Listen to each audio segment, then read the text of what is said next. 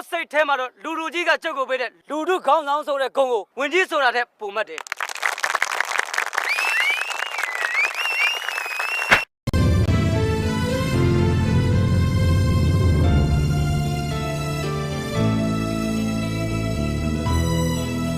လေးစားအပ်ပါတော့မိတ်ဆွေကြီး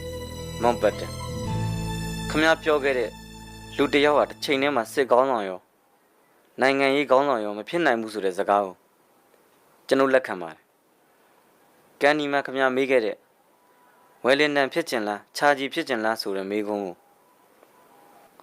ကျွန်ုပ်ပေးခဲ့တဲ့ဂရိအတိုင်းအခုပြန်ဖြေကြားလိုက်ပါတယ်တက်မတော်သားဘဝကိုကျွန်ုပ်လူလာတာမှန်ပေမဲ့လှုပ်ဖို့ကံဘတ်တွေရဲ့ဆုံးဖြတ်ချက်အရာရောကျွန်ုပ်ခံယူချက်အရာပါနိုင်ငံရေးသမားဘဝကိုကျွန်ုပ်ရွေးချယ်လိုက်ပါပြီလေးစားလျက်အောင်စန်း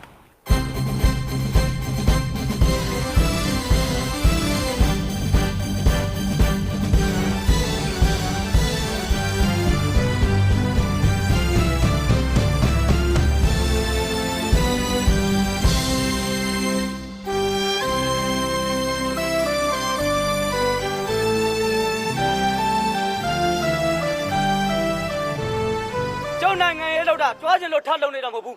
ဗမာပြည်လွတ်လပ်ရအောင်လို့ဗမာတွေကောင်းစားစေချင်လို့လောက်တာ